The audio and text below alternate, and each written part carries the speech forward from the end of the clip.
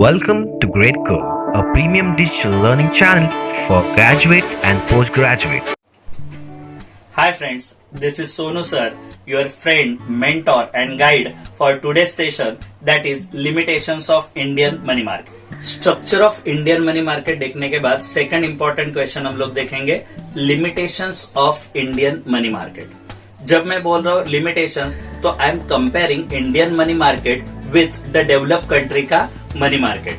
तो इन दोनों में जो कंपैरिजन है उससे क्या क्या निकल के आया, दैट इज आर लिमिटेशन. जैसे कि पहला वाला पॉइंट बोलूं तो we are having segmented market, मतलब there is word called dichotomy, मतलब हम लोग के यहाँ पे दो मार्केट है. सर कौन से रे? तो यहाँ पे दो मार्केट में एक बोलूंगा organise one and another one is unorganise one. तो ऑर्गेनाइज मार्केट मतलब क्या? तो इसको आरबीआई कंट्रोल करता है. अनऑर्गेनाइज के ऊपर कुछ भी आरबीआई का कंट्रोल नहीं है. इन ऑर्गेनाइज हम लोग कौन से मेन सेक्टर देखेंगे? आरबीआई लीड करेगा, कमर्शियल बैंक आएगा, गवर्नमेंट सेक्टर आएगा, फाइनेंशियल इंस्टीट्यूशंस आएंगे. और यहाँ पे अनऑर्गेनाइज में मनी लेंडर्स है, इंडिजीनियस बैंकर्स है और चिट फंड है, निधिज है, ऐसा एरिया. तो ये दो सेक्टर में डिवाइड होती है, organise one and unorganise one. Second point over here is related to this only, there is lack of integration between these two, they are loosely connected. मतलब क्या? तो आरबीआई के कंट्रोल के अंदर ये सब ऑर्गेनाइज सेक्टर है, लेकिन सेकंड वाला जो अनऑर्गेनाइज सेक्टर देखा है तो यहाँ पे आरबीआई का कुछ भी कंट्रोल नहीं है, एब्सोल्युटली विदाउट कंट्रोल ये चल रहा है. मेरा एक फेवरेट मतलब वर्ड में यूज करता है, गाउटी लेवल पे ये चल रहा है. There is no rule regulation for that and hence there is lack of integration between these two. और कभी भी मनी मार्केट को बहुत ज्यादा डेवलप होना है तो एक कोई तो स्ट्रॉन्ग ऑर्गेनाइजेशन ये सभी को मैनेज करने के लिए चाहिए and that is only in organise one. Unorganise इसको कंट्रोल से बाहर रहेगा तो इसको हम लोग इंटीग्रेट ही नहीं कर पाएंगे और यहाँ से यहाँ मार्केट में कुछ भी लेन देन होने वाला नहीं है और इसके लिए प्रॉब्लम्स क्रिएट होते रहते हैं. Third point is multiple interest rate. हम लोग जब ऑर्गेनाइज अनऑर्गेनाइज वेरियस बैंकिंग के और अनऑर्गेनाइज सेक्टर के एरियाज देखते हैं तो वहां पे ना रेट ऑफ इंटरेस्ट हर जगह पे अलग अलग है. गवर्नमेंट का अलग है, कमर्शियल बैंक का अलग है, कोऑपरेटिव सेक्टर का अलग है, मनी लेंडर कुछ अलग ही चार्ज कर रहा है, very high rate of interest are charging. तो लेंडिंग का रेट अलग, बोरोइंग का रेट अलग, तो किधर भी ना एक स्टैंडर्ड वे दिख नहीं रहा है. And that is the biggest problem of Indian money market. ये जो दो एरियाज है यहाँ पे लैक होता है कि movement from one area to another area, और मैं ऐसे बोलूंगा one segment to another segment हो ही नहीं रहा है. और ये रेट डिफर जो कर रहे हैं इससे पब्लिक जो है जो यहाँ पे इन्वेस्ट एंड बोरो करने वाली है वो थोड़े कंफ्यूज होते हैं और इसके लिए एक स्टैंडर्ड फॉर्मेट यहाँ पे बनता नहीं है. Point number 4 is shortage of fund. India is a poor country and hence Indians के पास पैसा कम है, तो पुअर है, पॉवर्टी इज देयर. सेकंड हम लोग बोलेंगे कि सेविंग लो होता है, इनकम लो है इसके लिए, और सेविंग लो है इसके लिए कैपिटल फॉर्मेशन लो है. Overall banking sector is missing at rural places और ये कलेक्टिव जो इफेक्ट होता है वो ये हो रहा है कि मनी मार्केट में ओवरऑल फंड वेरी शॉर्ट है. Fifth point is a seasonal fund. Seasonal fund मतलब क्या रे? तो इंडिया डिपेंड होती है एग्रीकल्चर के ऊपर. एग्रीकल्चर का बिजी सीजन होता है नवंबर से लेके जून तक. ये मंथ में फार्मर बहुत सारे अलग अलग एक्टिविटी करते रहता है, मतलब जो भी एग्रीकल्चर से पहले वाला टाइम है. वंस द एग्रीकल्चर का ग्रोइंग स्टेज आ गया till harvesting time, that is a slack season. तो ये दोनों जो पीरियड है, harvesting season and slack season, इसमें ना दोनों में तुम लोग को एक प्रॉब्लम दिखेगा कि ये बिजी वाला जो सीजन बताया, हार्वेस्टिंग सीजन बताया, यहाँ पे rate of interest is very high, there is a huge demand for money. और ये सीजन जो बारिश वाला टाइम है इधर किधर भी डिमांड ही नहीं है मनी मार्केट में. There is lack of demand in money market और इसके वजह से rate of interest are very low. तो ये जो एक इश्यू आ रहा है कि seasonal nature in overall Indian money market ये ऐसे के ऐसा रहने वाला है. Point number 6 is lack of well organise bill market. मतलब क्या? तो इंडियन मनी मार्केट जो है उसमें बिल मार्केट मिसिंग है या फिर बहुत छोटू सा सेक्शन है. 1980-85 तक बात करूंगा तो ये बिल मार्केट हल्का सा चल रहा था और आज भी वैसे ही कम चल रहा है. क्यों बिल मार्केट इतना ज्यादा अच्छा नहीं चलता है? 12th में तुम लोगों ने एक सेक्शन देखा होगा, एक टॉपिक पढ़ा होगा अकाउंट में, bills of exchange, but real में कभी वो देखा है क्या? नहीं दिखेगा. क्यों नहीं दिखेगा? क्योंकि इंडियन लोग जो है वो कैश ट्रांजैक्शन में बिलीव रखते हैं, स्टैम्प ड्यूटी बहुत ज्यादा है ये बिलिंग का, और जब भी कभी हम लोग बिल मार्केट में जाने के लिए जाते हैं तो डिस्काउंटिंग करना पड़ता है बिल। सबको पता होगा drawer discount the bill into the bank. तो बैंकर जो है उन लोग का भी ट्रस्ट नहीं है many times in drawer and hence he reject the drawers bill. तो ऐसे बहुत सारे इश्यूज है कि जिसके वजह से इंडिया में ये बिल मार्केट इतना अच्छा डेवलप नहीं हुआ। Last point is the seventh one, lack of credit instrument in India. Indian money market में क्रेडिट इंस्ट्रूमेंट ओवरऑल कम है। जब भी अभी प्रीवियस पॉइंट में मैंने बोला 1985-86 तक खाली कॉल मनी मार्केट और दूसरा जो बोला मैंने जो बिल मार्केट, ये छोटा सा डेवलप हुआ था। बट उसके बाद बहुत सारे गवर्नमेंट ने ट्राई किए गए, बट इतने फर्दर बोलते हैं ना बहुत अच्छे फ्लरिश होने वाले बिल मार्केट नहीं बने या फिर ये इंस्ट्रूमेंट नहीं बने। जो कुछ नाम तुम लोगों ने थोड़े बहुत सुने होंगे, treasury bill, commercial papers that is CP, then CD, certificate of deposit, ये जो थोड़े बहुत नाम सुने होंगे यही छोटा सा गवर्नमेंट के एफर्ट्स के वजह से हुए, बट टिल डेट इतने अच्छे डेवलप नहीं हुए। तो इन ऑल ओवरऑल ये सब जो थे these are the limitations of Indian money market. और अगर हम लोग को मनी मार्केट हाईली डेवलप करना है तो ये सभी को खत्म करना पड़ेगा, और यही अपना नेक्स्ट क्वेश्चन है that is reforms in Indian money market. ये सभी प्रॉब्लम्स को, लिमिटेशंस को एक एक करके हम लोग तोड़ते जाएंगे और रेक्टिफाई करते जाएंगे। अभी हम लोगों ने जितना डिस्कस किया उसके जो कोर पॉइंट है, तुम लोग जब नोट मेकिंग करोगे ना तो मेरा मानना है कि नोट खुद का ही होना चाहिए। तुम लोग जब खुद लिखोगे उसमें कौन से पॉइंट है कि सर वो जो बिल्कुल नहीं जाने चाहिए, वो वाले अभी जो आएगा ना छोटा सा पीपीटी उसमें तुम लोग को दिखेगा, और वहां पे तुम लोग आराम से देखना all main points are mention. तुम लोग अपने पॉइंट्स उसमें ऐड करो और अपना आंसर एकदम मस्त बनाओ और फुल मार्क्स ले लो। Thank you very much.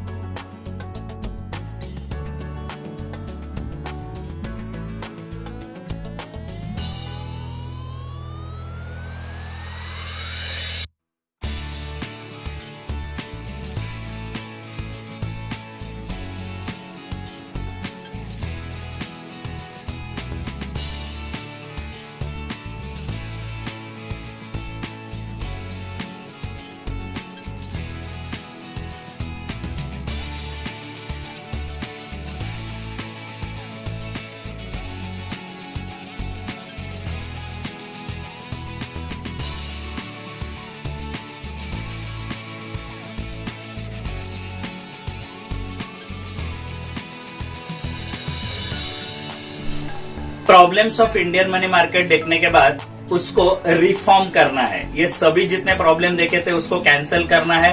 तो इसके ऊपर क्या क्या सोल्यूशन हो सकता है, इसके लिए 2 कमेटी अपॉइंट की गई थी। First committee in 1985 S Chakravarty and second committee 1987, उसको याद रखना है अपने को, प्रोफेसर वागुल जी के अंडर। तो ये जो 2 कमेटी के मैं नाम ले रहा हूं उसमें से अपने को एक कमेटी का तो एकदम अच्छी तरह से नाम याद रखना है। तो 1985 चक्रवर्ती वाला टाइम मतलब मिथुन दा का टाइम, तो MM that is money market और M फॉर मिथुन चक्रवर्ती, ऐसे कुछ कोरिलेट करके याद रखने के लिए ट्राई करो। बाकी देखो अभी इसका डायरेक्ट कुछ कनेक्टिविटी नहीं है, बट दिमाग में रखने के लिए MM मिथुन चक्रवर्ती 1985। ये एक बार क्लिक हो गया ना तो आइडिया आती है कि ये कमिटी के हेड थे। First point is deregulation of the interest rate. पहला जो रिफॉर्म सजेस्ट किया था कमिटी ने वो था कि जो इंटरेस्ट रेट है उसको रेगुलेट मत करना, let the market regulate that. मतलब इससे पहले आरबीआई पूरा का पूरा कंट्रोल रखता था। 1989 के बाद ये रेट जो थे वो डीरेगुलेट हो गए। मतलब क्या, तो अभी मार्केट डिटरमाइन करेगा। मार्केट मतलब क्या, डिमांड एंड सप्लाई डिटरमाइन करेगा। Once there is a competition among the bankers for the rate of interest, definitely जो रेट ऑफ इंटरेस्ट अपने हिसाब से अच्छा रहेगा हम लोग वहां पे जाएंगे। तो there will increase the competition among the banker. तो बैंकर में कंपटीशन बढ़ा और सभी बैंकर का कंपटीशन मतलब कस्टमर हैप्पी रहेगा, कस्टमर का बेनिफिट होगा। तो ये पहला रिफॉर्म किया। सेकंड रिफॉर्म जो था वो introduction of new money market instrument. तो मनी मार्केट के बहुत सारे नए नए इंस्ट्रूमेंट आना, ये बोला ही था हम लोगों ने प्रीवियस इसमें प्रॉब्लम में कि 1985-86 तक हार्डली 2 इंस्ट्रूमेंट चल रहे थे, that is call money market and bills of exchange. तो अभी कौन से नए बिल मार्केट्स या मनी मार्केट इंट्रोड्यूस हुए, लाइक ट्रेजरी बिल हो गया, CD that is certificate of deposit हो गया, CP that is commercial papers हो गए। ऐसे बहुत सारे नए नए इंस्ट्रूमेंट स्टार्ट हो गए मार्केट में आना और जिसको गवर्नमेंट में अच्छी तरह से प्रमोट किया और इससे ये जो मार्केट है मनी मार्केट और ज्यादा फ्लरिश होने में फायदा हुआ। Third point is repo and reverse repo market. 1992 में गवर्नमेंट ने रेपो रेट जो था वो डिक्लेयर कर दिया, रेपो मार्केट इंट्रोड्यूस हो गया। अभी रेपो मार्केट इंट्रोड्यूस होना मतलब क्या, तो बैंकिंग सेक्टर में सेंट्रल बैंकों ने इनपुट ऐड किया है, इंजेक्ट किए फंड्स। और ये जो इंजेक्शन ऑफ द फंड है वो किस तरह से जाता है वो समझ लेना। Central bank gives loan to commercial bank and the commercial bank gives loan further to the public, this is the injection. But ये ना प्रोफेशनल लेवल पे चलता है between commercial bank and central bank. तो कमर्शियल बैंक सेंट्रल बैंक को in return government securities देगा। मतलब देखो लोन किधर से किधर आया था, सेंट्रल बैंक से कमर्शियल बैंक, और इसके रिटर्न में क्या मिला, कमर्शियल बैंक ने सेंट्रल बैंक को गवर्नमेंट सिक्योरिटीज दिया। ये जो लोन है इसके ऊपर जो रेट लगाया हुआ है इसको हम लोग बोलते हैं repo rate. According to August 2020 repo rate is 4%। अभी ये जो पूरा कंसेप्ट है उसके रिवर्स ऑर्डर में चलता है रिवर्स रेपो रेट। आइए देखते हैं in detail reverse repo rate कैसे वर्क होता है। तो रिवर्स रेपो रेट मतलब क्या, तो अभी लोन देने वाला पार्टी चेंज होगा। कमर्शियल बैंक के पास जो आइडल फंड है पब्लिक का, जो अनयूज फंड है, वही फंड आगे वो सेंट्रल बैंक को यूटिलाइज करने को देंगे। सेंट्रल बैंक को लोन दिया कमर्शियल बैंक ने और इन रिटर्न सेंट्रल बैंक जो है वो गवर्नमेंट सिक्योरिटीज देगा पब्लिक सेक्टर को, ये कमर्शियल बैंक को। तो कमर्शियल बैंक के पास आ गए गवर्नमेंट के सिक्योरिटीज। ये जो एरिया है इसके ये लोन के ऊपर जो लोन रेट इंटरेस्ट हो रहा है वो इंटरेस्ट रेट हो रहा है, इस इंटरेस्ट रेट को हम लोग बोलते हैं reverse repo rate. And in August 2020 this rate is 3.35। यहाँ पे पब्लिक का पैसा खींच लिया सेंट्रल बैंक ने थ्रू कमर्शियल बैंक, इसके लिए इसको बोला जाता है एब्जॉर्प्शन ऑफ द फंड। तो रेपो रेट मतलब injection of the fund and here in reverse repo rate it is absorption of the fund. After that एक न्यू कंसेप्ट, अभी इसके ईयर्स भी याद रखो रे, repo rate 1992, reverse repo rate चौका मारने के बाद मतलब कितना आएगा, 92 प्लस 4 करो 1996 और 4 करो तो 2000 आएगा। तो 2000 में ये दोनों मेथड को repo rate reverse repo rate को ऐड किया गया और एक नया सिस्टम, बहुत ही मस्त सिस्टम डेवलप हुआ, that is LAF, that means liquidity adjustment facility. जब मैं लिक्विडिटी एडजस्टमेंट फैसिलिटी बोलता हूं तो एवरी डे डेली बेसिस पे ये रेपो और रिवर्स रेपो रेट दोनों चीजें वर्क होती है। मतलब किसी बैंक को शॉर्टेज है पैसे की तो बैंक इंजेक्ट करेगी थ्रू रेपो, और जब भी कभी सेंट्रल बैंक के पास शॉर्टेज है या कमर्शियल बैंक के पास एक्सेस है तो कमर्शियल बैंक का पैसा every day reverse repo rate से ऊपर जाएगा सेंट्रल बैंक के पास। तो ये रोज होगा, ये 2000 से स्टार्ट हो गया। इसी कंसेप्ट को हम लोग बोलते हैं LAF, that is liquidity adjustment facility. Fifth point is marginal standing facility, that is MSF। 2011 में सेंट्रल बैंक को ऐसे लगा कि कमर्शियल बैंक को जो भी लोन चाहिए वो ओवरनाइट भी हम लोग दे सकते हैं, और इन्होंने इसीलिए ये कंसेप्ट डेवलप किया। ओवरनाइट में लोन देने का मतलब क्या, अगर repo, reverse repo through LF use करके भी हो गया, फिर भी थोड़ा और पैसा वो लोग दे सकते हैं। कितना देने का, तो bank can borrow 1% of NDTL, that is net demand and time liabilities. ये जो भी डिमांड एंड टाइम लायबिलिटीज है टोटल, उसके 1% तक ये लोग लोन ले सकते हैं। बट चार्जेस क्या रहेंगे, रेपो रेट के 1% से ज्यादा ये लोग उसके लिए रेट चार्ज करेंगे। तो ये जो कंसेप्ट है इसको हम लोग बोलते हैं मार्जिनल स्टैंडिंग फैसिलिटी, जो 2011 में इंट्रोड्यूस हुआ, और ओवरनाइट बैंकिंग सेक्टर को लोन लेना सिंप्लीफाई हो गया, और इसीलिए RBI को बोला जाता है lender of last resort. Last resort का मतलब होता है final destination. Resort means destination and final मतलब कोई भी कमर्शियल बैंक को हेल्प करने के लिए नहीं है, तो central bank is always there with them, and that's why it's called as lender of last resort. Point number 6 is money market mutual fund, which was introduce in 1992। Mutual fund सही है, ये जो कंसेप्ट डेवलप्ड हुआ वो 92 में। उससे पहले UTI ये यूनिट लिंक्स बेचता था, लेकिन इतना बहुत ज्यादा ये फेमस नहीं हुआ। 92 में जब भी ये कंसेप्ट आ गया, उसी टाइम पे मनी मार्केट का जो कंसेप्ट है, म्यूचुअल फंड का जो कंसेप्ट है मनी मार्केट में, वो बहुत ज्यादा पब्लिक को समझने लगा, और पब्लिक ने ये छोटे छोटे सेविंग्स अपने म्यूचुअल फंड में करना स्टार्ट किया। म्यूचुअल फंड मतलब एग्जैक्टली क्या, तो मेनी पीपल्स कम टुगेदर, और वो सभी लोग एक पर्टिकुलर बैंकिंग में या फाइनेंशियल इंस्टीट्यूशन में अपना पैसा रखते हैं, एंड देन फाइनेंशियल इंस्टीट्यूशन अलग अलग जगह पे ये फंड इन्वेस्ट करता है after doing lots of research, और उससे जो रिटर्न मिलता है that return again gives back to the investors, और इससे हमेशा ये जो म्यूचुअल फंड वाले लोग हैं उनको बेनिफिट ही होता है, और सबके लिए विन विन सिचुएशन होता है। तो इस कंसेप्ट को इसीलिए बोला जाता है म्यूचुअल फंड सही है। ये जो 1992 में इंट्रोड्यूस हुआ, तो कौन सेटअप कर सकता है, कमर्शियल बैंक, फाइनेंशियल इंस्टीट्यूशन और any private organization can setup this. कौन इसमें इन्वेस्ट कर सकता है, एनी इंडिविजुअल, प्राइवेट कोऑपरेटिव्स इसमें इन्वेस्ट कर सकती है। सर इसमें कुछ लॉक इन पीरियड है क्या, तो यस 15 डेज का लॉक इन पीरियड है। 15 डेज तक तुम लोग इसमें विड्रॉ नहीं कर सकते हो, और उसके बाद तुम लोग कभी भी इसमें विड्रॉ कर सकते हो, तो it is liquid as well. Next concept जो अपना आएगा वो है हम लोग का discount and finance house of India, DFHI, which was introduce in 1988। 88 नंबर मतलब मैंने पहले ही बोला है, डबल टकला करके याद रखना, हाउसी वाला अपना कंसेप्ट 8 दैट इज डबल टकला, हाउसी में हम लोग ऐसा बोलते हैं इसको। तो ये नंबर से अपने को टेक्निकली ये कंसेप्ट याद रखना है। सर ये क्या बोलेंगे हम लोग कि जब ये 1988 पे इंट्रोड्यूस हुआ तो ये क्यों अभी आ गया, तो इंडिया में कमर्शियल ये जो कंसेप्ट है बिल मार्केट है ओवरऑल, वो इतना अच्छा डेवलप नहीं था। To develop this bill market अपने यहाँ पे DFHI का डेवलपमेंट किया गया। अभी कोई अगर बैंकर ये जो बिल्स है वो डिस्काउंट करके नहीं दे रहा है, तो that sole organization is there कि जो किसी के भी जितने भी बिल्स रहेंगे वो डिस्काउंट करके कंफर्म लेगा। वेरियस जो मैं एक RBI हो गया, पब्लिक सेक्टर बैंक हो गया, और बहुत सारे जो फाइनेंशियल इंस्टीट्यूट है उन लोगों ने कलेक्टिवली जॉइंट वेंचर करके ये सेटअप किया गया है। इससे डेवलप हो रहा है अपना बिल मार्केट। लास्ट पॉइंट जो इसमें हम लोग देख रहे हैं that is CCIL, that is clearing corporation of India limited, which was introduce in 2001।